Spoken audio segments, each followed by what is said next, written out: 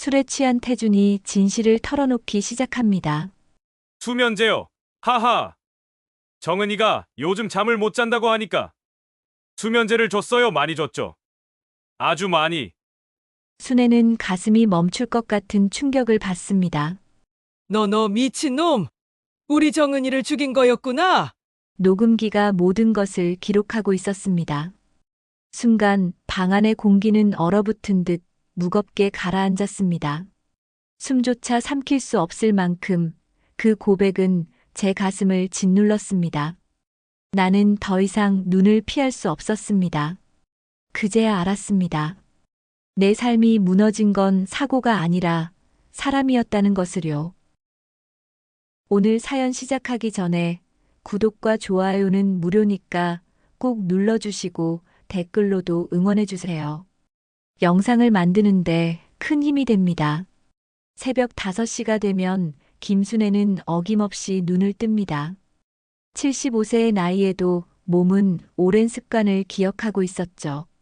서울 변두리 골목 깊숙한 곳에 자리한 낡은 단독주택에서 혼자 살아가는 일상이 벌써 3년째입니다.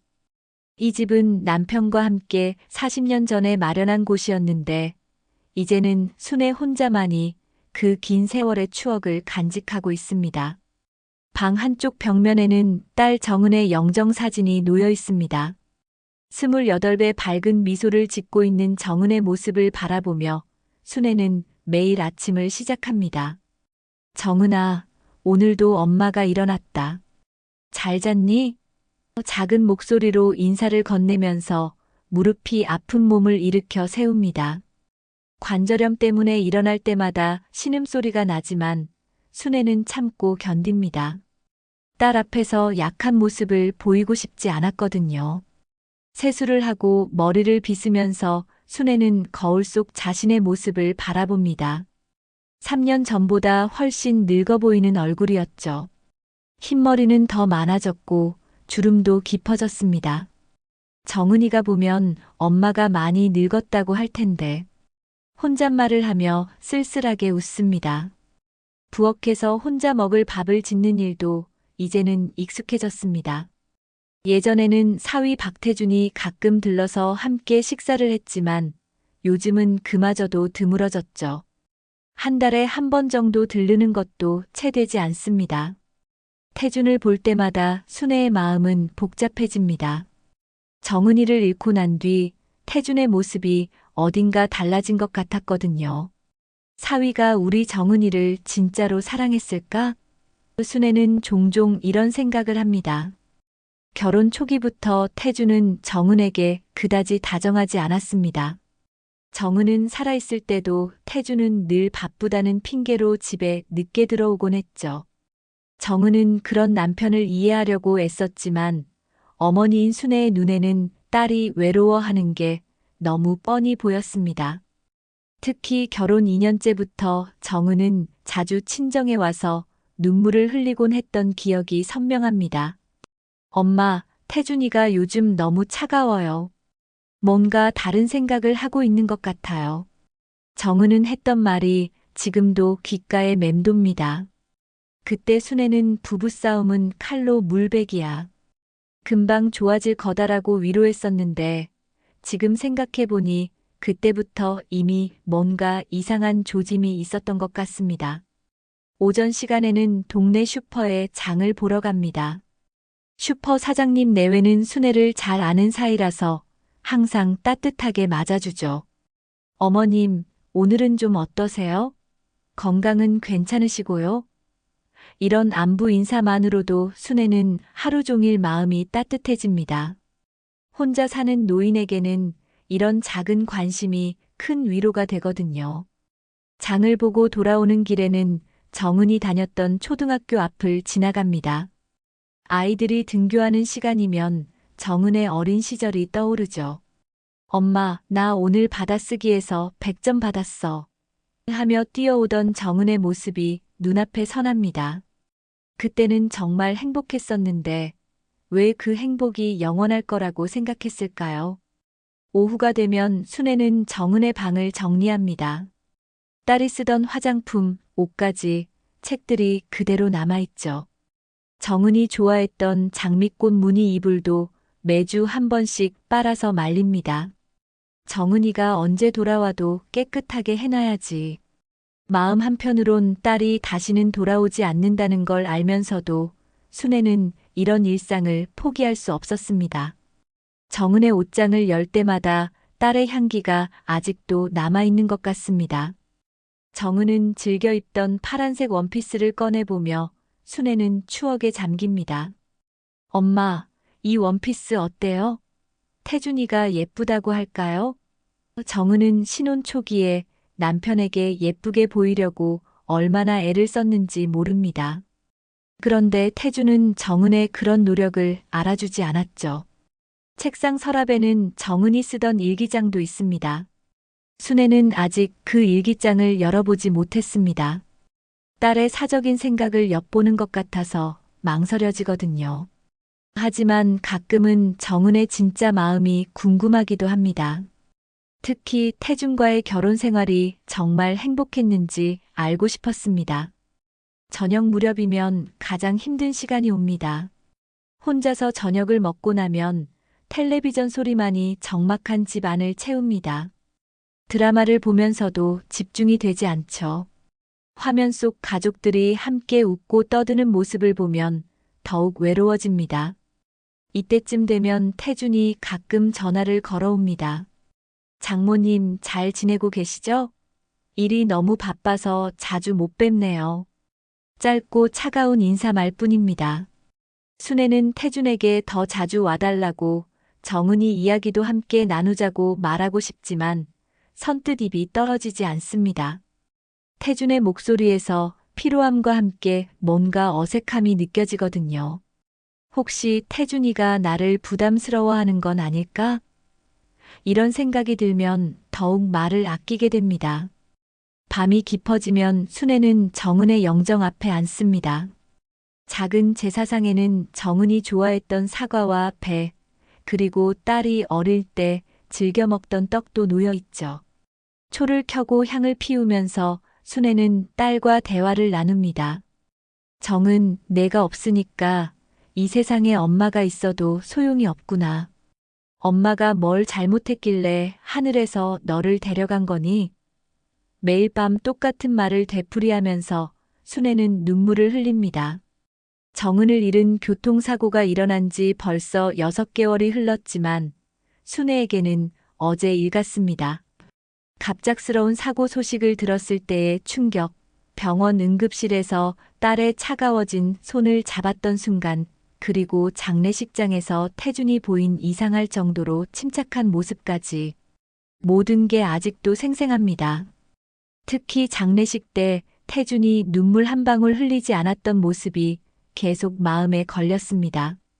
하루하루가 그렇게 흘러갑니다. 순애는 정은 없는 세상에서 살아갈 이유를 찾지 못한 채 그저 딸을 그리워하는 마음으로만 버텨나가고 있었습니다. 창밖으로 보이는 골목길에는 봄이 와서 벚꽃이 피기 시작했지만 순애의 마음에는 여전히 차가운 겨울이 머물러 있었죠. 이런 공허한 일상이 언제까지 계속될지 알 수 없었습니다. 때로는 정은을 따라가고 싶다는 생각도 들었지만 딸이 하늘에서 걱정할까봐 그런 마음을 억눌렀습니다. 정은, 엄마가 조금만 더 버틸게. 내가 편안히 쉴 수 있도록 엄마가 여기서 널 지켜볼게. 이렇게 중얼거리며 순애는 또 하루를 마감했습니다. 내일도 똑같은 하루가 기다리고 있을 것이라는 생각에 한숨이 나왔지만 그래도 살아야 했습니다. 딸을 위해서라도 말이죠. 순애는 무거운 마음으로 잠자리에 들었습니다. 꿈에서라도 정은을 만날 수 있기를 바라면서 말입니다. 그렇게 평범한 일상이 이어지던 어느 화요일 오후 순애의 삶에 예상치 못한 변화가 찾아왔습니다. 점심을 먹고 나서 평소처럼 정은의 방을 정리하고 있을 때 밖에서 우편 배달부의 목소리가 들려왔습니다. 등기 우편이요. 순애는 의아해했습니다. 요즘은 누구한테서 편지를 받을 일이 없었거든요. 문을 열고 나가보니 우편함에 두꺼운 등기우편이 들어 있었습니다. 발신자를 확인해 보니 대한생명보험이라고 적혀 있었죠. 보험회사에서 왜 편지가 올까? 순애는 고개를 갸웃거리며 봉투를 뜯어보았습니다. 정은이 죽고 난 뒤 보험 관련 일은 모두 태준이 처리했다고 했는데 말입니다. 태준은 장례식 직후 장모님, 복잡한 서류 일은 제가 다 처리하겠습니다라고 했었거든요. 봉투 안에는 여러 장의 서류가 들어 있었습니다. 첫 번째 페이지를 펼쳐보는 순간 순애의 눈이 커졌습니다. 피보험자 김정은 보험금 지급 관련 안내라는 제목이 적혀 있었거든요. 순애는 손이 떨리는 것을 느꼈습니다. 정은의 이름이 적힌 서류를 보니 가슴이 먹먹해졌죠.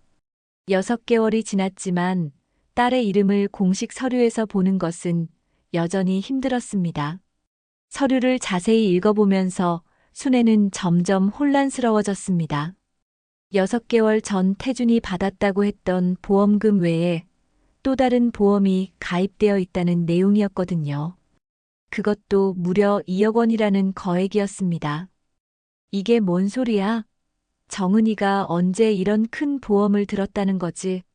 순애는 서류를 몇 번이나 다시 읽어보았지만 내용은 변하지 않았습니다.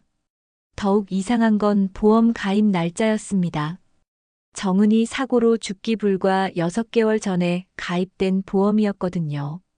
순애는 기억을 되짚어 보았습니다.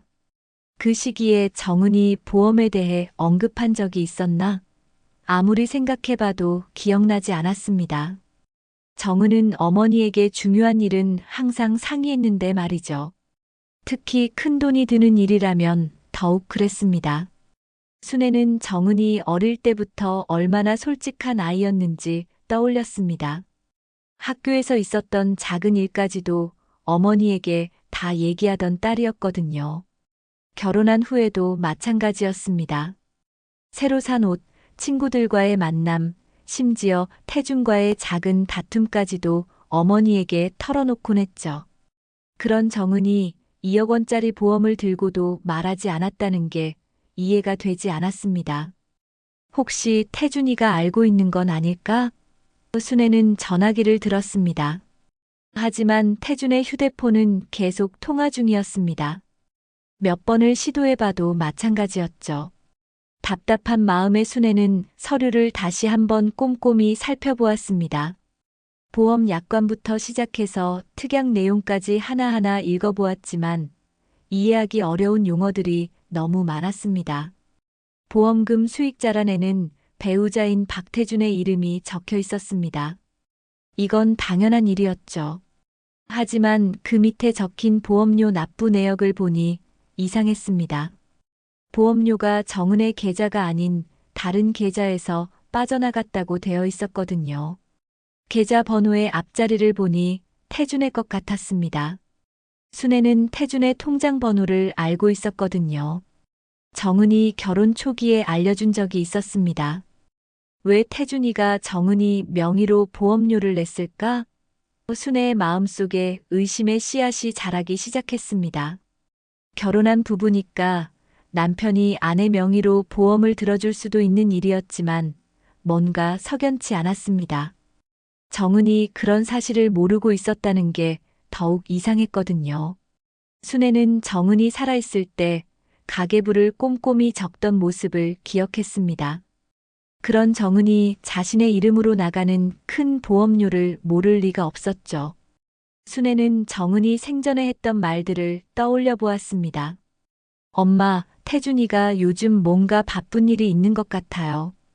계속 전화를 받으면서 누군가와 중요한 얘기를 하더라고요.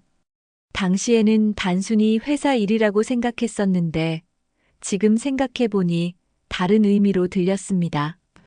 혹시 그때부터 태준이 뭔가 계획을 세우고 있었던 건 아닐까요?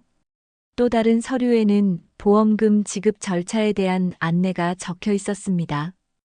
이미 1차로 지급된 보험금이 있고 이번에 발견된 보험금은 2차 지급분이라는 내용이었죠.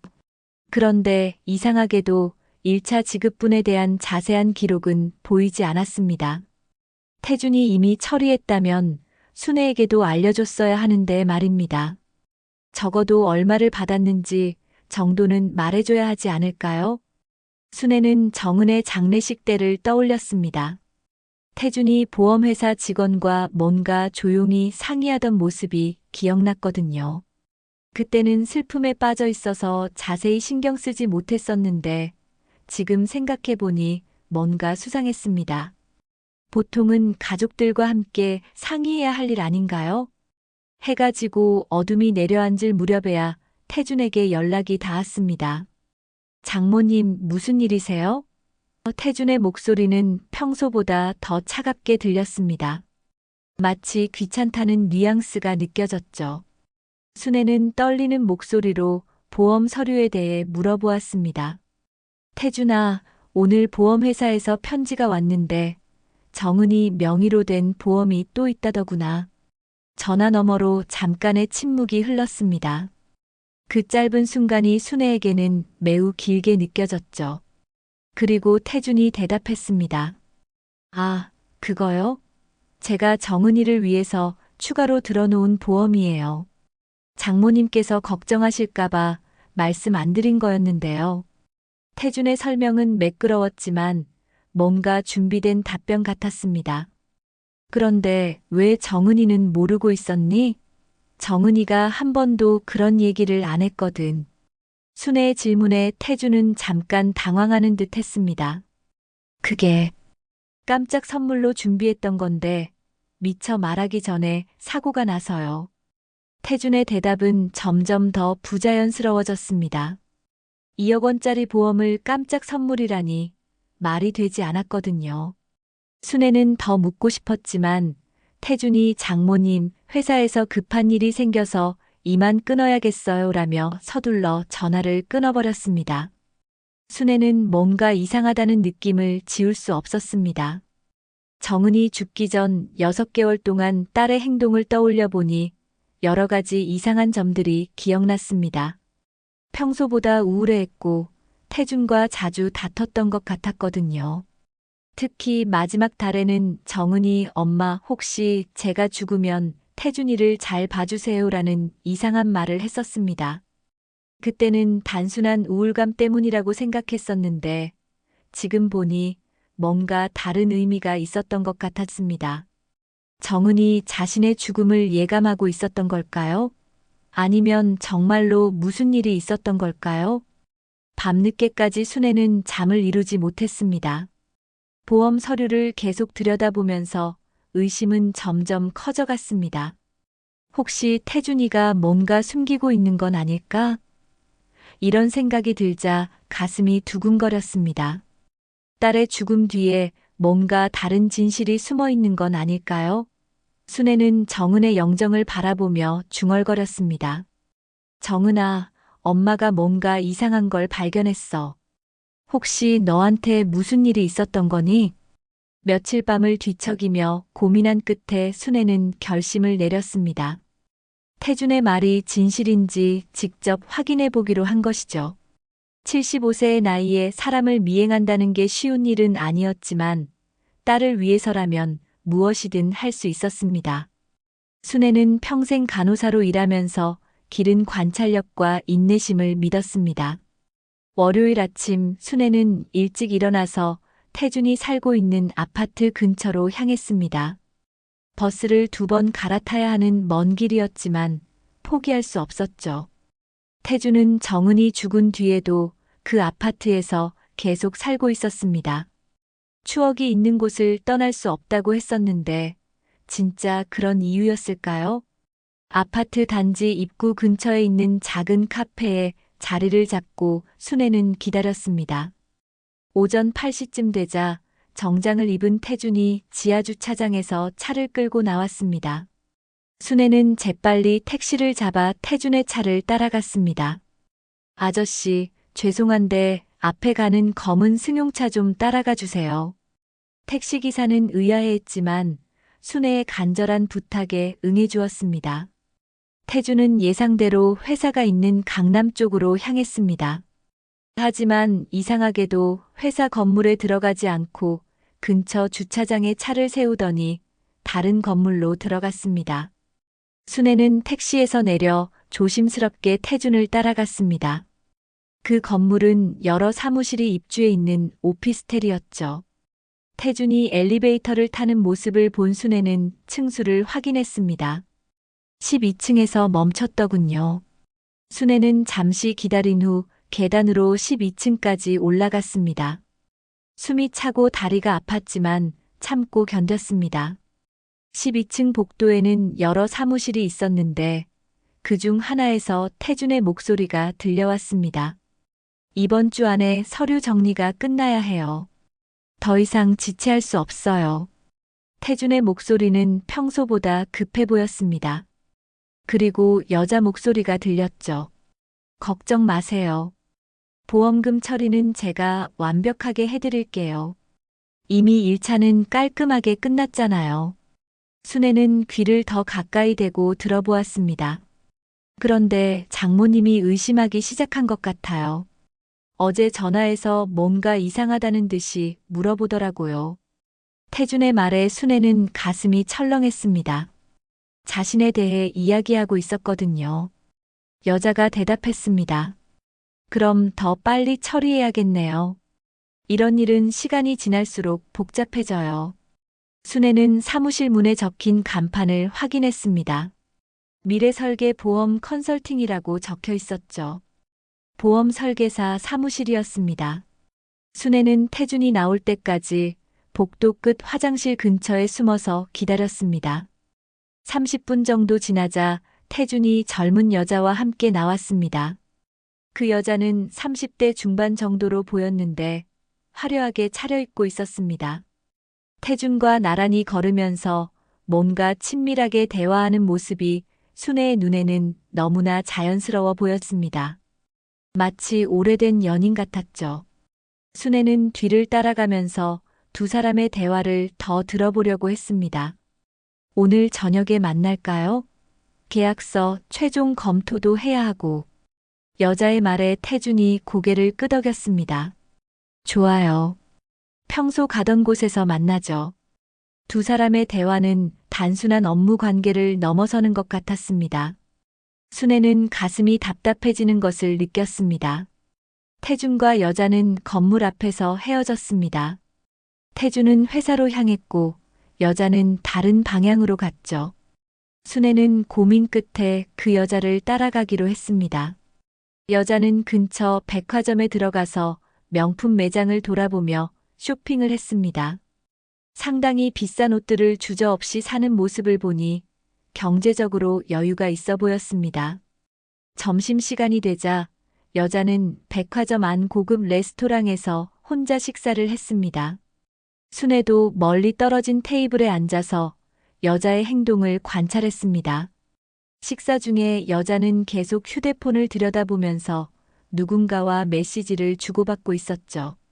가끔씩 만족스러운 미소를 짓는 모습이 인상적이었습니다. 오후에는 여자가 미용실에 가서 헤어스타일을 바꾸고 네일 케어도 받았습니다. 저녁 약속을 위해 단장하는 것 같았죠. 순애는 여자의 모든 행동이 수상해 보였습니다. 보험 설계사치고는 너무 여유로운 일정이었거든요. 저녁 7시쯤 여자는 강남의 한 고급 레스토랑으로 향했습니다. 순애도 조심스럽게 따라갔죠. 레스토랑 앞에서 기다리고 있으니 태준이 나타났습니다. 두 사람은 반갑게 인사를 나누며 레스토랑 안으로 들어갔습니다. 순애는 레스토랑 창문 너머로 두 사람의 모습을 지켜보았습니다. 태준과 여자는 창가 자리에 앉아서 와인을 마시며 대화를 나누고 있었습니다. 분위기가 단순한 업무 미팅이 아니었죠. 태준은 여자의 손을 잡기도 하고 여자는 태준의 어깨에 손을 올리기도 했습니다. 순애는 그 광경을 보면서 분노가 치밀어 올랐습니다. 정은이 죽은 지 겨우 6개월밖에 안 됐는데 순애는 주먹을 꽉 쥐었습니다. 태준이 정은과 결혼했을 때 평생 정은이만 사랑하겠다고 했던 말이 떠올랐습니다. 그런데 지금 보니 그 모든 게 거짓말이었던 것 같았죠. 두 사람의 대화 내용을 들어보려고 순애는 레스토랑 안으로 들어가려 했지만 고급 레스토랑이라 복장이 맞지 않아 들어갈 수 없었습니다. 대신 밖에서 계속 지켜보았죠. 1시간 넘게 대화를 나눈 두 사람은 마침내 레스토랑을 나왔습니다. 놀랍게도 태준과 여자는 손을 잡고 택시에 함께 탔습니다. 순애는 급하게 다른 택시를 잡아서 뒤를 따랐습니다. 택시는 시내의 한 호텔 앞에서 멈췄죠. 두 사람은 자연스럽게 호텔 로비로 들어갔습니다. 순애는 더 이상 볼 수 없었습니다. 집으로 돌아오는 길에 순애의 마음은 분노와 슬픔으로 가득했습니다. 태준이 정은을 진심으로 사랑한 적이 없었다는 확신이 들었거든요. 그렇다면 의문의 보험금도 태준의 계획이었을 가능성이 높았습니다. 순애는 더 깊이 파헤쳐야겠다고 결심했습니다. 정은아, 엄마가 뭔가 이상한 걸 발견했어. 내 남편이 다른 여자와 만나고 있더구나. 그리고 너 명의로 된 이상한 보험도 있고. 혹시 정말로 내가 당한 건 아닐까? 순애는 정은의 영정 앞에서 다짐했습니다. 반드시 진실을 밝혀내겠다고 말입니다. 그날 밤 순애는 잠을 이루지 못하고 태준과 그 여자의 모습을 계속 떠올렸습니다. 정은이 살아있을 때 보여준 태준의 차가운 태도가 이제야 이해되기 시작했죠. 정은아, 내가 그때 엄마한테 했던 말들이 이제야 무슨 뜻인지 알겠어. 내 남편이 너를 진심으로 사랑하지 않았구나. 순애는 눈물을 흘리며 정은의 사진을 어루만졌습니다. 내일부터는 더 치밀하게 태준을 조사해야겠다고 생각했습니다. 며칠간 태준을 미행하며 의심을 키워온 순애는 더 이상 참을 수 없었습니다. 직접 태준과 대면해서 진실을 밝혀내기로 결심했죠. 목요일 오후 순애는 태준에게 전화를 걸었습니다. 태준아, 시간 좀 내서 집에 와줄 수 있겠니? 중요한 얘기가 있어서 그래. 태준은 잠시 망설이다가 대답했습니다. 무슨 일이신지요? 요즘 회사 일이 너무 바빠서요. 목소리에서 귀찮다는 뉘앙스가 느껴졌습니다. 순애는 참고 말했습니다. 보험 서류 때문에 궁금한 게 있어서 그래. 꼭 만나서 얘기해야겠어. 태준은 한숨을 쉬며 알겠습니다. 저녁에 들르겠습니다라고 했습니다. 저녁 7시쯤 태준이 도착했습니다. 평소보다 더 피곤해 보이는 얼굴이었죠. 순애는 차를 준비하며 태준을 관찰했습니다. 태준은 소파에 앉아서 계속 휴대폰을 들여다보고 있었습니다. 누군가와 메시지를 주고받는 모습이었죠. 순애는 며칠 전 본 그 여자와 연락하고 있는 건 아닐까 하는 생각이 들었습니다. 태준아, 차 좀 마시자꾸나. 순애가 차를 내오자 태준은 휴대폰을 내려놓았습니다. 장모님, 무슨 얘기를 하시려는 거예요? 태준의 목소리는 예전보다 훨씬 차가웠습니다.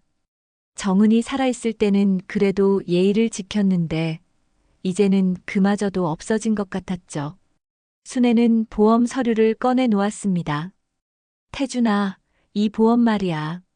정은이가 들지도 않은 보험이 왜 내 손에 있냐? 직설적으로 물어보았습니다. 태준은 잠깐 당황하는 듯 하더니 이내 침착함을 되찾았습니다. 장모님, 그거 이미 설명드렸잖아요. 제가 정은이를 위해서 들어놓은 거라고요. 그럼 왜 정은이한테 말하지 않았냐? 우리 정은이는 큰일이 있으면 항상 나한테 상의했거든. 순애의 추궁에 태준은 짜증스러운 표정을 지었습니다. 장모님, 부부 사이에도 모든 걸 다 말할 필요는 없잖아요. 깜짝 선물이었다고 했잖습니까? 순애는 더 이상 참을 수 없었습니다. 깜짝 선물? 2억 원짜리 보험을 깜짝 선물이라고? 그리고 너 요즘 다른 여자 만나고 있지? 태준의 얼굴이 순간 굳어졌습니다. 들킨 것을 알았던 것이죠. 뭘 헛소리를. 태준이 부인하려 했지만 순애는 계속했습니다. 내가 너를 봤어. 강남에서 젊은 여자랑 식사하고 호텔까지 들어가는 것도 봤고. 순애의 말에 태주는 완전히 당황했습니다.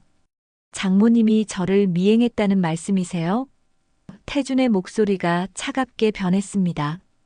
우리 정은이 죽은 지 고작 6개월밖에 안 됐는데 벌써 다른 여자와 바람을 피우다니. 순애는 분노를 참지 못했습니다. 태주는 비웃듯이 웃었습니다.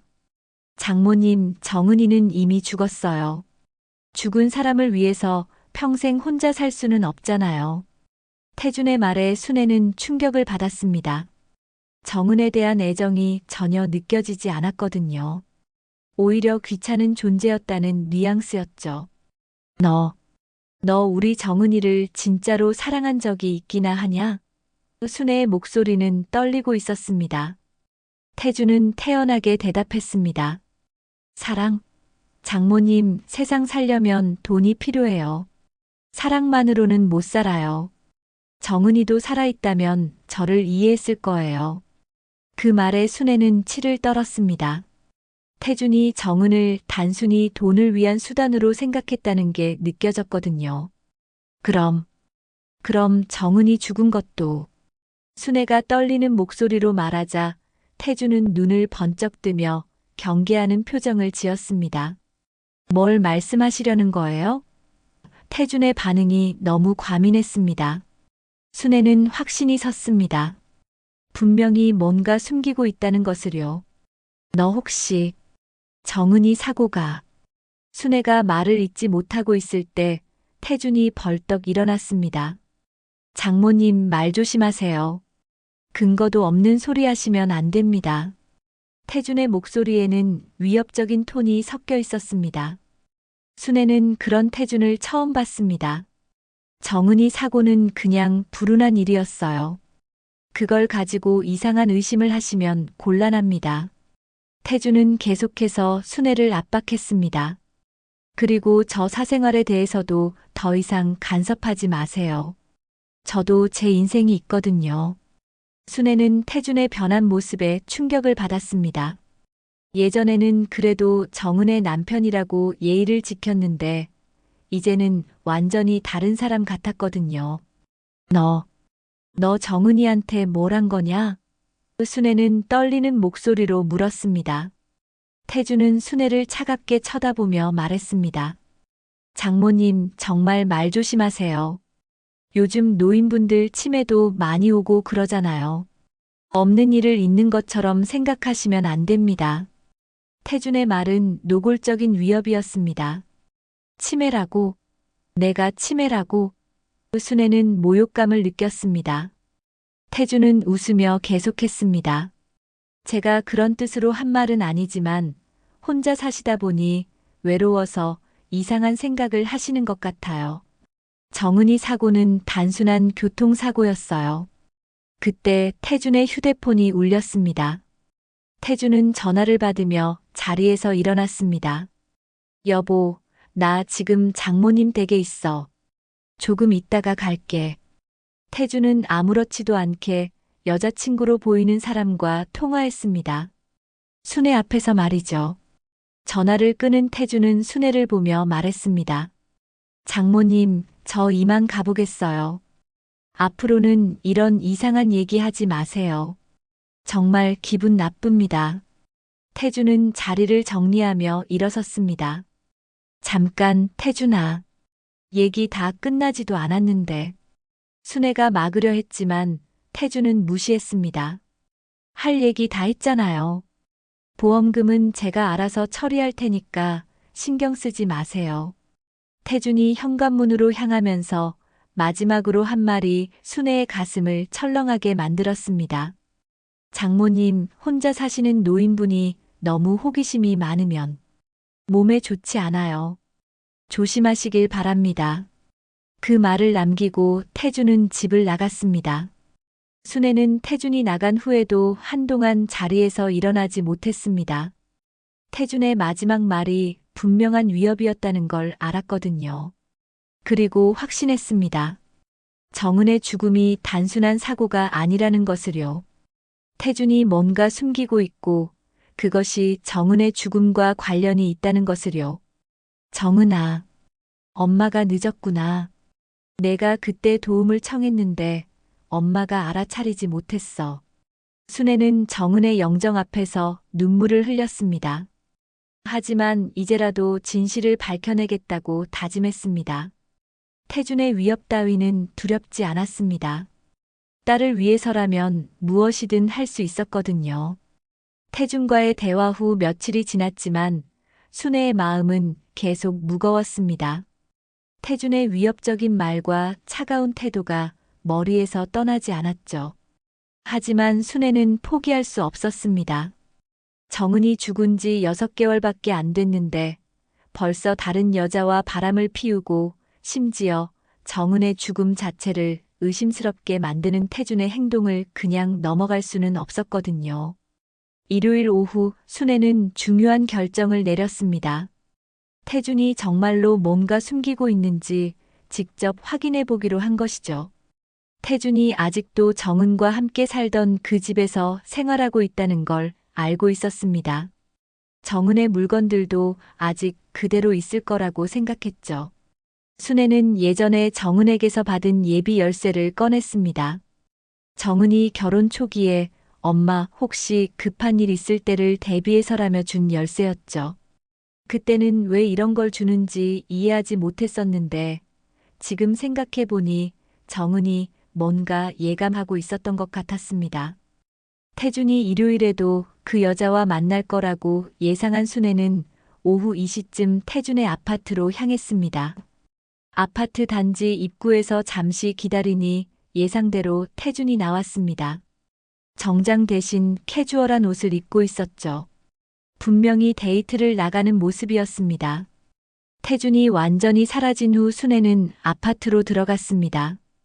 엘리베이터를 타고 12층으로 올라가는 동안 가슴이 두근거렸습니다. 정은이 살던 집에 들어가는 것도 오랜만이었거든요. 태준이 정은 죽은 후로는 순애를 집으로 초대한 적이 거의 없었습니다. 열쇠로 문을 열고 들어서자 정은의 향기가 아직도 남아있는 것 같았습니다. 거실에는 정은이 좋아하던 꽃무늬 쿠션이 그대로 있었고 벽에는 정은과 태준의 결혼 사진이 걸려 있었죠. 하지만 뭔가 달라진 것도 있었습니다. 정은의 개인적인 물건들이 많이 사라져 있었거든요. 순애는 조심스럽게 집 안을 둘러보기 시작했습니다. 먼저 거실 서랍을 열어보니 각종 서류들이 정리되어 있었습니다. 대부분 태준의 것들이었지만 그 사이에 정은 명의의 서류들도 몇 개 보였죠. 은행 통장, 카드 명세서 등이었는데 정은이 죽기 전 몇 달간의 내역이 이상했습니다. 정은의 계좌에서 매달 큰 금액이 빠져나가고 있었는데 내역을 보니 보험료였습니다. 그런데 정은은 그런 보험에 가입한 사실을 몰랐다고 했었죠. 순애는 더욱 의심스러워졌습니다. 태준이 정은 몰래 보험에 가입시키고 보험료까지 빼간 것 같았거든요. 침실로 가보니 더욱 충격적인 광경이 기다리고 있었습니다. 정은의 옷장은 거의 비어 있었고 대신 모르는 여자의 옷들이 걸려 있었습니다. 화장대에도 정은이 쓰던 화장품 대신 다른 브랜드의 화장품들이 놓여 있었죠. 태준이 벌써 그 여자와 동거하고 있는 것 같았습니다. 정은이 죽은 지 겨우 6개월밖에 안 됐는데 순애는 분노가 치밀어 올랐습니다. 정은의 흔적을 지우고 다른 여자를 들인 태준의 행동이 믿을 수 없었거든요. 더욱 화가 나는 건 아직도 정은과의 결혼 사진을 걸어놓고 있다는 점이었습니다. 마치 위장용으로 쓰는 것 같았죠. 순애는 태준의 서재로 향했습니다. 책상 위에는 각종 서류들이 정리되어 있었는데 그 중에 이상한 파일이 보였습니다. 정은 관련 서류라고 적힌 파일이었죠. 순애는 떨리는 손으로 파일을 열어보았습니다. 파일 안에는 정은의 사고 당시 사진들이 들어 있었습니다. 경찰서에서 찍은 사고 현장 사진들이었죠. 그런데 이상한 점이 있었습니다. 사진 뒤에 태준의 필체로 뭔가 메모가 적혀 있었거든요. 사고 시간 오후 3시 20분, 목격자 없음, 블랙박스 작동 안함이라고 적혀 있었습니다. 더 충격적인 건 그 다음 메모였습니다. 보험금 지급 완료 후 재혼 계획 진행이라는 문장이 적혀 있었거든요. 순애는 그 글을 보는 순간 온몸이 떨렸습니다. 태준이 정은의 죽음을 계획했다는 증거처럼 보였거든요. 파일을 더 뒤지자 또 다른 서류가 나왔습니다. 정은이 사고 당일 병원에서 받은 혈액 검사 결과였는데 거기에는 정은의 혈액에서 수면제 성분이 검출되었다는 내용이 적혀 있었습니다. 순애는 충격을 받았습니다. 정은이 왜 수면제를 먹었을까요? 그때 현관문에서 열쇠 소리가 들렸습니다. 태준이 돌아온 것 같았죠. 순애는 급하게 서류들을 정리하려 했지만 시간이 없었습니다. 파일을 다시 제자리에 놓고 숨을 곳을 찾아야 했거든요. 하지만 이미 늦었습니다. 누가 있나? 태준의 목소리가 들렸습니다. 순애는 어쩔 수 없이 서재에서 나왔습니다. 태준은 순애를 보고 깜짝 놀랐지만 이내 화난 표정을 지었습니다. 장모님, 여기서 뭐 하시는 거예요? 어떻게 들어오신 거죠? 나는. 순애는 말을 제대로 잇지 못했습니다. 태준은 순애가 서재에서 나오는 것을 보고 무엇을 했는지 눈치챘습니다. 설마 제 방을 뒤지신 건 아니죠? 태준의 목소리는 위협적이었습니다. 순애는 용기를 내어 말했습니다. 태준아, 정은이 사고 당시 사진이 왜 내 손에 있냐? 그리고 혈액 검사 결과는 또 뭐고? 태준의 얼굴이 순간 굳어졌습니다. 들켜서는 안 될 것이 들킨 표정이었죠. 장모님이 남의 물건을 뒤지는 건 좋지 않은 습관이에요. 태준은 차갑게 말하며 순애에게 다가왔습니다. 그리고 그런 서류들은 단순히 정리용이에요. 별다른 의미 없습니다. 하지만 태준의 설명은 전혀 설득력이 없었습니다. 정은이 혈액에서 수면제가 나왔다는 것도 정리용이냐? 순애는 떨리는 목소리로 물었습니다. 태준은 잠시 당황했지만 이내 차가운 미소를 지었습니다. 장모님, 정은이는 원래 불면증이 있어서 수면제를 먹곤 했어요. 그걸 모르셨나요? 거짓말. 우리 정은이는 잠 잘 잤어. 순애는 소리쳤습니다. 하지만 태준은 계속 침착했습니다. 장모님, 정은이와 장모님 사이에 모르는 일도 많아요. 정은이가 장모님께 모든 걸 다 말했을 거라고 생각하시면 안 돼요. 태준은 순애의 팔을 잡으며 말했습니다. 이제 집에 가시죠. 여기서 더 이상 이상한 짓 하시면 안 돼요. 태준의 손에는 힘이 들어가 있었습니다. 순애는 태준이 무서워졌습니다. 이런 모습의 태준은 처음 봤거든요. 놓아, 내가 경찰에 신고할 거야. 순애가 소리치자 태준은 비웃었습니다. 뭘 신고하시려고요? 증거도 없으면서. 태준은 순애를 현관으로 끌고 갔습니다. 그리고 장모님, 오늘 일은 잊으시는 게 좋을 거예요. 혼자 사시는 노인분이 너무 호기심이 많으면 위험할 수 있거든요. 태준의 마지막 말에는 분명한 위협이 담겨 있었습니다. 순애는 현관문 밖으로 나가면서도 태준을 똑똑히 바라보았습니다. 태준아, 내가 우리 정은이한테 뭘 했는지 반드시 밝혀낼 거야. 태준은 문을 닫으며 대답했습니다. 장모님, 정말로 조심하세요. 집으로 돌아오는 길에 순애의 마음은 분노와 두려움으로 가득했습니다. 태준이 정은을 죽였다는 확신이 더욱 커졌거든요. 이제는 어떻게 해서든 증거를 찾아서 태준을 법정에 세워야겠다고 다짐했습니다. 태준의 집에서 발견한 충격적인 사실들 때문에 순애는 며칠간 잠을 제대로 이루지 못했습니다. 정은의 혈액에서 수면제가 검출되었다는 자료와 태준이 써놓은 재혼 계획 진행이라는 메모가 계속 머릿속을 맴돌았죠. 하지만 태준의 위협도 무서웠습니다.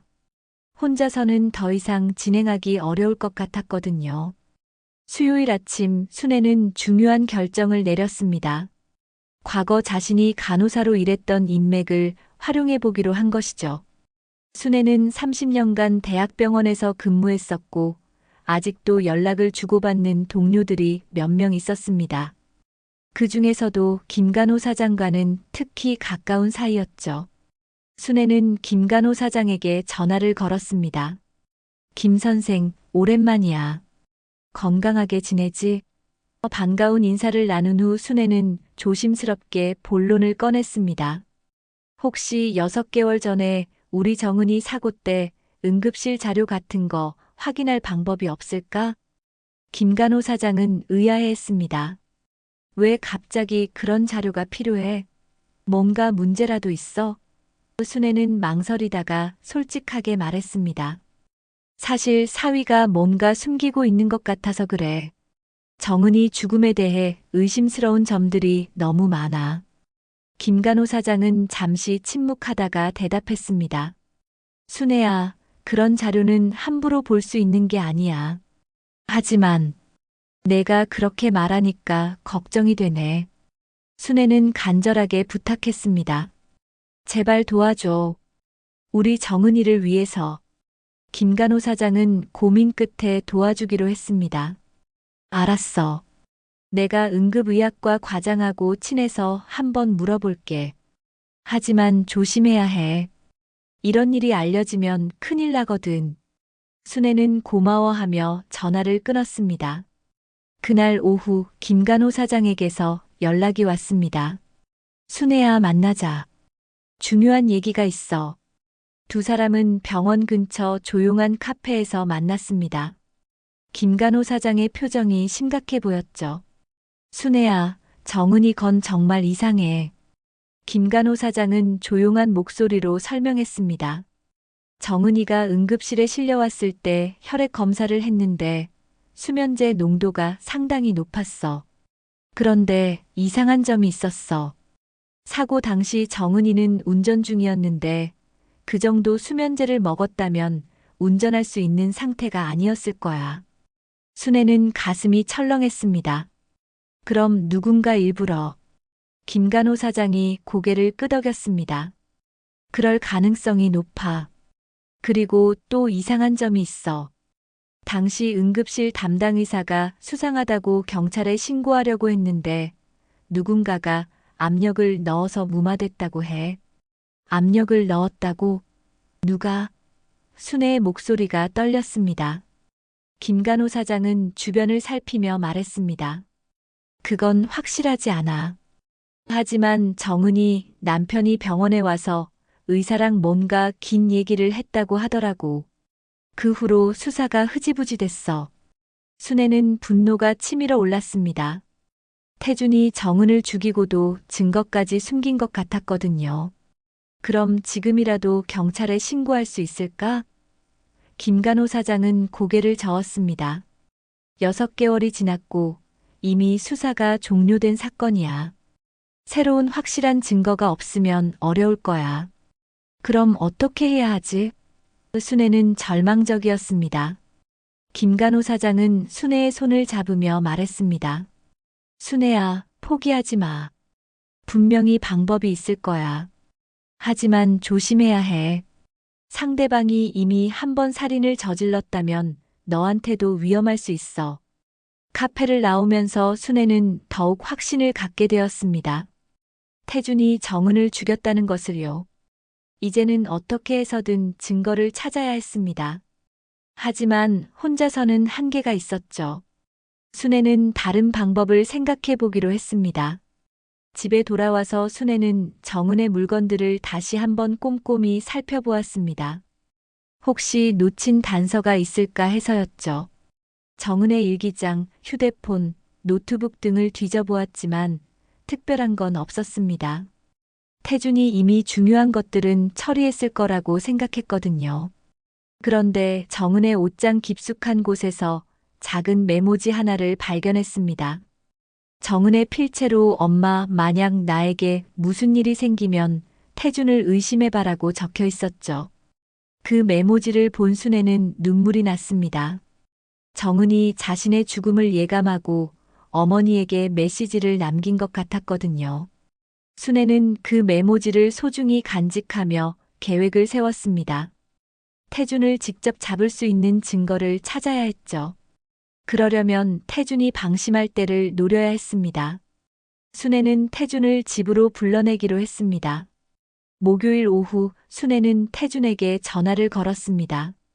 태준아, 시간 되면 집에 와줄래? 정은이 제사 준비를 같이 하고 싶어서. 태준은 귀찮아하면서도 거절하기 어려워했습니다. 꼭 가야 하나요? 요즘 너무 바빠서요. 정은이 6개월 제사야. 남편인 내가 안 오면 누가 오겠니? 순애의 말에 태준은 할 수 없이 승낙했습니다. 알겠습니다. 저녁에 들르겠어요. 순애는 계획을 실행에 옮기기로 했습니다. 태준을 방심시켜서 진실을 털어놓게 하는 것이었죠. 순애는 정은이 좋아했던 음식들을 준비했습니다. 그리고 태준이 좋아하는 소주도 준비했죠. 태준이 술을 마시면 말이 많아진다는 걸 알고 있었거든요. 이번에는 반드시 진실을 밝혀내겠다고 다짐했습니다. 저녁 7시쯤 태준이 도착했습니다. 평소보다 피곤해 보이는 얼굴이었지만 정은의 제사상을 보고는 잠시 표정이 어두워졌습니다. 장모님, 이렇게까지 할 필요 있나요? 태준의 목소리에는 짜증이 섞여 있었습니다. 정은이를 위해서야. 내가 정은이 남편 아니냐? 순애는 차분하게 대답했습니다. 태준은 별수 없이 제사상 앞에 앉았죠. 순애는 소주를 따라주며 말했습니다. 정은이도 하늘에서 보고 있을 거야. 우리가 이렇게 기억해 주는 걸 좋아할 거야. 태준은 소주를 받아 마시며 말했습니다. 정은이, 참 순진했죠. 그 말에서 뭔가 다른 뉘앙스가 느껴졌습니다. 순애는 더 술을 권했습니다. 그래, 우리 정은이는 너무 순진했어. 사람을 너무 잘 믿었지. 술이 들어가자 태준의 표정이 달라지기 시작했습니다. 평소의 차가운 모습 대신 뭔가 비틀거리는 느낌이었죠. 순애는 기회라고 생각하며 조심스럽게 물어보았습니다. 태준아, 정은이가 죽기 전에 수면제를 먹고 있었다는 게 사실이냐? 태준은 술김에 헛웃음을 지었습니다. 수면제. 그래, 먹었죠. 제가 먹이니까. 순애는 가슴이 뛰었습니다. 드디어 태준이 실토하기 시작한 것 같았거든요. 내가 먹였다고? 순애는 떨리는 목소리로 물었습니다. 정은이. 그 애는 너무 순진했어요. 그래서 조금만 속여도 쉽게 넘어갔죠. 태준의 말에 순애는 온몸이 떨렸습니다. 태준이 정은을 속였다는 고백이었거든요. 순애는 녹음기를 준비해 놓았다는 걸 다행스럽게 생각했습니다. 태준이 술김에 내뱉은 말에 순애는 온몸이 떨렸지만 침착함을 유지하려고 애썼습니다. 이제 진실에 한 걸음 더 다가선 것 같았거든요. 순애는 녹음기가 제대로 작동하고 있는지 확인하면서 태준에게 더 술을 권했습니다. 태준아, 잔이 비었네. 정은이를 위해서 한 잔 더 하자꾸나. 태준은 이미 상당히 취한 상태였습니다. 평소에 술을 많이 마시지 않던 그였기에 빨리 취한 것 같았죠. 장모님, 정은이 얘기는 그만했으면 좋겠어요. 태준의 목소리가 흐려지고 있었습니다. 하지만 순애는 포기할 수 없었습니다. 왜? 우리 정은이 얘기가 싫으냐? 내 아내였는데. 순애는 조심스럽게 떠보았습니다. 태준은 소주잔을 단숨에 비우며 비웃듯 말했습니다. 아내. 그게 뭐 대수인가요? 어차피 돈 때문에 결혼한 건데. 돈 때문에 결혼했다고? 순애는 충격을 받았습니다. 태준이 정은을 사랑해서 결혼한 줄 알았거든요. 태준은 계속해서 술을 마시며 말했습니다. 정은이 아버지가 남긴 유산이 꽤 됐잖아요. 그리고 장모님 집도 있고. 계산해보니 나쁘지 않더라고요. 순애는 분노가 치밀어 올랐지만 참았습니다. 더 많은 것을 들어야 했거든요. 그럼 정은이를 사랑한 적은 없었다는 거냐? 태준은 헛웃음을 지었습니다. 사랑? 그런 게 뭐 중요해요. 정은이는 너무 순진해서 다루기 쉬웠어요. 제가 뭘 해도 의심하지 않았거든요. 뭘 해도 의심하지 않았다는 게 무슨 뜻이냐? 순애의 목소리가 떨렸습니다. 태주는 술잔을 기울이며 대답했습니다. 보험 가입할 때도 그렇고, 마지막에 약 먹일 때도 그렇고, 정말 바보 같았어요. 순애는 가슴이 멈출 것 같았습니다. 태준이 정은에게 약을 먹였다고 실토한 것이었거든요. 약을 먹였다고? 무슨 약을? 순애는 떨리는 목소리로 물었습니다. 태준은 이미 정신이 많이 나간 상태였습니다. 수면제요. 하하. 정은이가 요즘 잠을 못 잔다고 하니까 수면제를 줬어요. 많이 줬죠. 아주 많이. 태준의 말에 순애는 온몸에 소름이 돋았습니다. 태준이 정은을 죽이기 위해 고의로 수면제를 과다 복용시켰다는 뜻이었거든요. 그래서 우리 정은이가 운전 중에 순애가 말을 잇지 못하자 태준이 대신 말했습니다. 맞아요. 수면제 때문에 정신을 잃고 사고가 난 거죠. 제 계획대로 된 거예요. 태준은 마치 자랑하듯이 말했습니다. 순애는 더 이상 참을 수 없었습니다. 너 미친놈. 우리 정은이를 죽인 거였구나. 순애가 소리치자 태준은 놀라서 고개를 들었습니다. 술이 조금 깬 것 같았죠. 뭘 말씀하시는 거예요? 방금 내가 한 말 다 들었어. 정은이한테 수면제를 과다 복용시켜서 사고를 낸 거잖아. 순애는 분노에 떨면서 말했습니다. 태준은 당황해서 둘러보더니 순애가 녹음기를 준비해 놓은 것을 발견했습니다. 장모님, 설마 녹음하신 건 아니죠? 태준의 목소리가 차갑게 변했습니다. 순애는 녹음기를 꽉 쥐며 말했습니다. 그래, 다 녹음했어.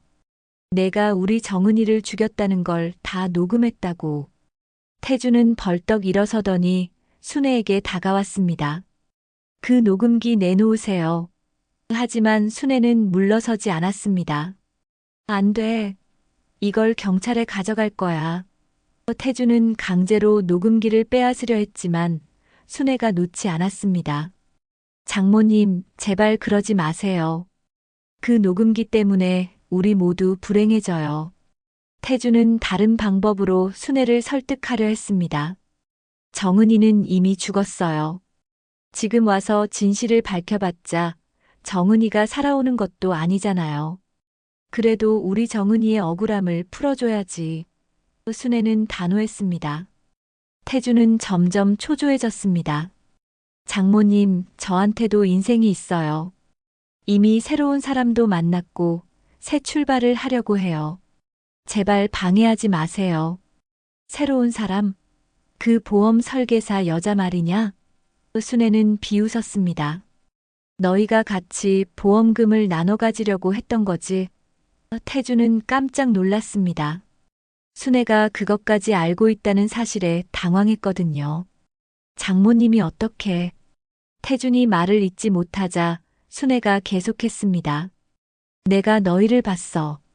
강남에서 만나서 보험금 얘기하는 것도 봤고 호텔에 같이 들어가는 것도 봤어. 정은이 죽은 지 6개월밖에 안 됐는데 벌써 돈 것까지 하면서. 태준은 완전히 당황했습니다. 자신들의 모든 행동이 들켰다는 걸 알았거든요. 장모님, 저는 그냥 행복하게 살고 싶을 뿐이에요. 정은이와의 결혼은 제게 감옥 같았어요. 이제야 자유로워진 거라고요. 자유. 사람을 죽이고 자유라고. 순애는 분노했습니다. 너는 우리 정은이의 목숨으로 자유를 산 거야. 태준은 더 이상 변명할 수 없다는 걸 알았습니다. 진실이 모두 드러난 상황이었거든요. 그때 현관문을 두드리는 소리가 들렸습니다. 경찰입니다. 순애는 미리 경찰에 신고해 놓았던 것이었습니다. 김간호 사장과 상의해서 녹음 증거를 확보하면 바로 신고하기로 계획했었거든요. 태준은 절망적인 표정을 지었습니다. 장모님, 왜 이러세요? 태준은 순애를 원망하며 소리쳤습니다. 하지만 순애는 차갑게 대답했습니다. 나는 내가 내 딸을 2번 죽였다는 걸 안다. 한 번은 몸을, 한 번은 이름을.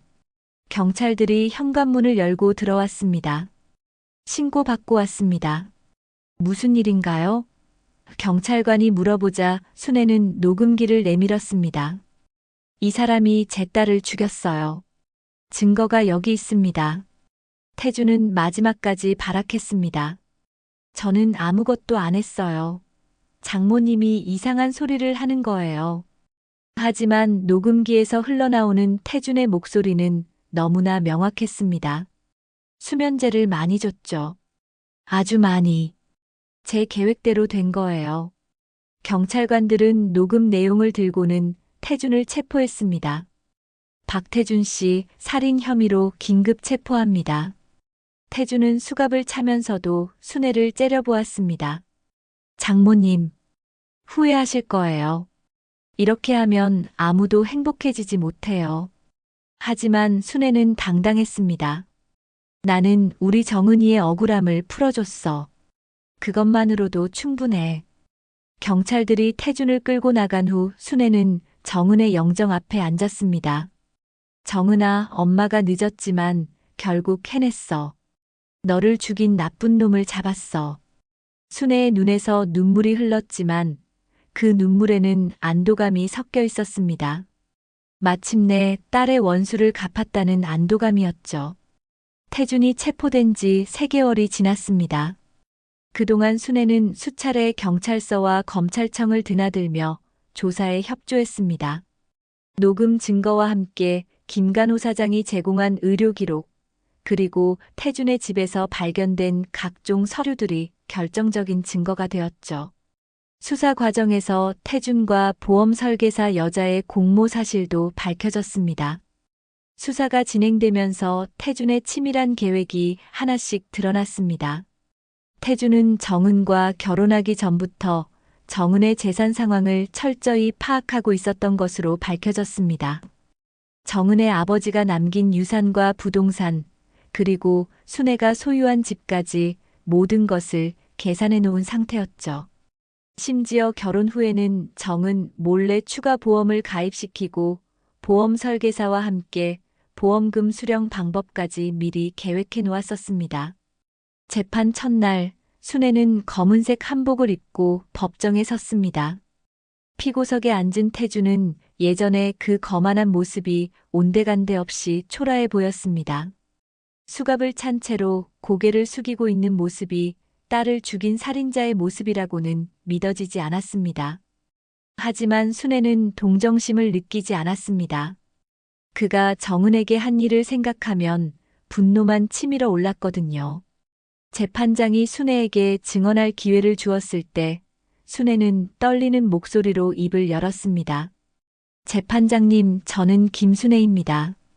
제 딸 김정은의 어머니입니다. 순애는 잠시 숨을 고르고 계속했습니다. 제 딸은 너무 순진했습니다. 사람을 의심할 줄 모르는 착한 아이였어요. 28배 나이에 사랑하는 사람과 결혼해서 행복하게 살 권리가 있었습니다. 순애는 목소리가 떨렸지만 계속 말했습니다. 하지만 저 사람은 처음부터 제 딸을 사랑한 게 아니라 돈을 노렸습니다. 그리고 마침내 제 딸을 죽였습니다. 이런 끔찍한 일을 저지르고도 뻔뻔스럽게 다른 여자와 살림을 차리고 있었어요. 절대 용서할 수 없습니다. 검사는 태준의 범행 과정을 상세히 설명했습니다. 피고인은 결혼 전부터 피해자의 재산을 노렸고 결혼 후에는 피해자 몰래 고액보험에 가입시켰습니다. 그리고 사고 당일 피해자에게 과량의 수면제를 먹인 후 운전하게 하여 의도적으로 교통사고를 유발했습니다. 이는 명백한 계획살인입니다. 태준의 변호사는 정신적 충격으로 인한 실언이었다고 주장했지만 증거는 너무나 명확했습니다. 녹음기에 담긴 태준의 자백, 병원의 혈액 검사 기록, 그리고 태준이 보관하고 있던 각종 서류들이 모든 것을 증명했습니다. 심지어 태준의 휴대폰에서는 보험 설계사와 주고받은 메시지들도 발견되었는데 거기에는 계획대로 진행하자 보험금 받으면 같이 새 출발하자는 내용들이 적혀 있었습니다. 공판이 진행될수록 태준의 악랄함이 더욱 드러났습니다.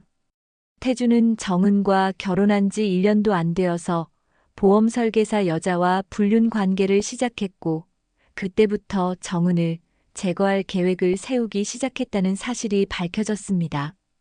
심지어 정은이 임신 가능성을 얘기했을 때도 태준은 아직 이르다며 미루게 했는데 이는 아이가 생기면 상속 관계가 복잡해져서 계획에 차질이 생길까 봐서였습니다. 재판 과정에서 순애가 가장 괴로웠던 순간은 정은의 마지막 6개월을 재구성할 때였습니다. 정은이 남편의 이상한 행동을 눈치채고 있었지만 그것이 자신을 죽이려는 계획이라는 걸 몰랐다는 사실이 너무 안타까웠거든요. 법정에서 공개된 정은의 친구 증언에 따르면 정은은 마지막 몇 달 동안 남편이 이상해요. 자꾸 피곤해 보인다고 약을 주는데 먹고 나면 정신이 없어요라고 말했다고 합니다. 정은이 어머니에게 남긴 그 작은 메모도 법정에서 중요한 증거로 제시되었습니다. 엄마, 만약 나에게 무슨 일이 생기면 태준을 의심해봐라고 적힌 그 메모는 정은이 얼마나 절박했는지를 보여주는 증거였습니다.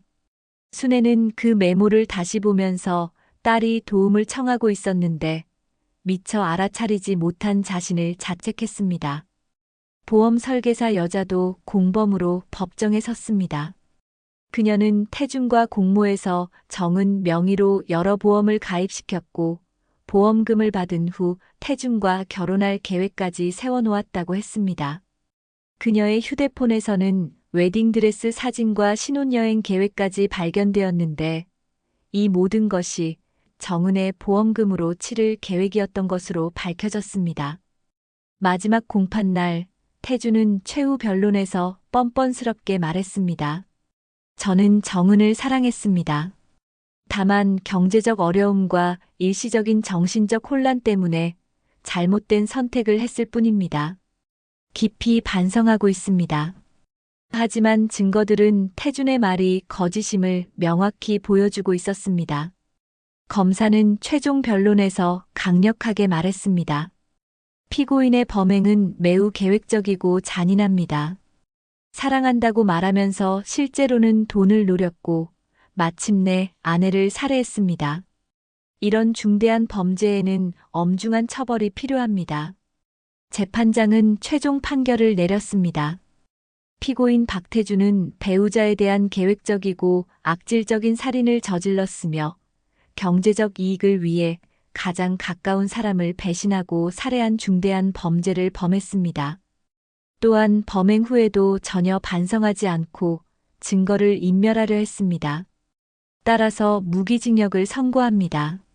순애는 그 순간 안도의 한숨을 쉬었습니다.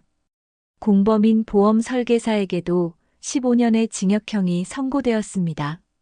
법정을 나서면서 순애는 떨리는 목소리로 기자들에게 말했습니다. 제 딸은 이미 죽었지만 오늘에서야 비로소 편히 눈을 감을 수 있을 것 같습니다. 제 딸의 억울함이 풀렸고 이런 끔찍한 범죄가 다시는 일어나지 않기를 바랍니다. 재판이 끝난 후 순애는 정은의 묘소를 찾았습니다. 봄꽃이 만발한 따뜻한 날이었습니다. 묘비 앞에 앉아서 순애는 정은에게 말했습니다. 정은아, 엄마가 해냈어. 너를 죽인 나쁜 사람을 법정에 세웠어. 무기징역을 받았어. 이제 내가 편히 쉴 수 있겠지? 그날 밤 집에 돌아온 순애는 정은의 영정 앞에서 마지막 인사를 했습니다. 정은아, 이제 엄마가 널 지켜냈다. 내 억울함도 내 이름도 다시는 더럽히지 못하게 했어. 내가 남긴 그 작은 메모 덕분에 엄마가 용기를 낼 수 있었어. 순애는 정은의 방을 정리하기 시작했습니다. 딸의 물건들을 하나씩 정리하면서 이제는 추억으로 간직할 때가 되었다고 생각했습니다. 정은의 옷들은 딸이 좋아했던 자선단체에 기부하기로 했고 소중한 물건들은 따로 보관하기로 했습니다. 며칠 후 순애는 김간호 사장을 만나 감사 인사를 했습니다. 김 선생 덕분에 우리 정은이 억울함을 풀 수 있었어. 정말 고마워. 김간호 사장은 순애의 손을 잡으며 말했습니다. 순애야, 내가 용기 있게 끝까지 해냈기 때문에 가능한 일이었어. 이제 새로운 시작을 해보는 게 어째?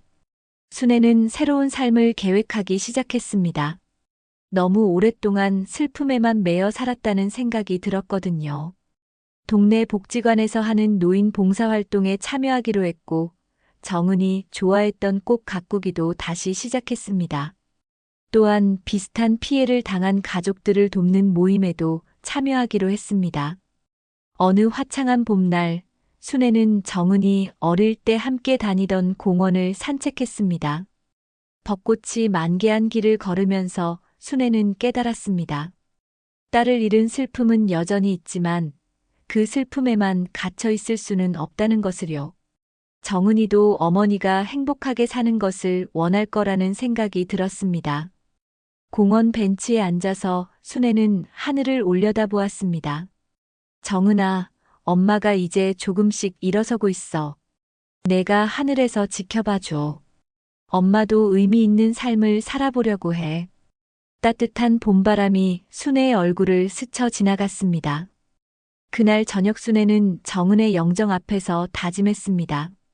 정은아, 엄마가 너무 오랫동안 슬픔 속에만 있었구나. 이제는 내가 남긴 사랑을 다른 사람들에게 나눠주면서 살아갈게.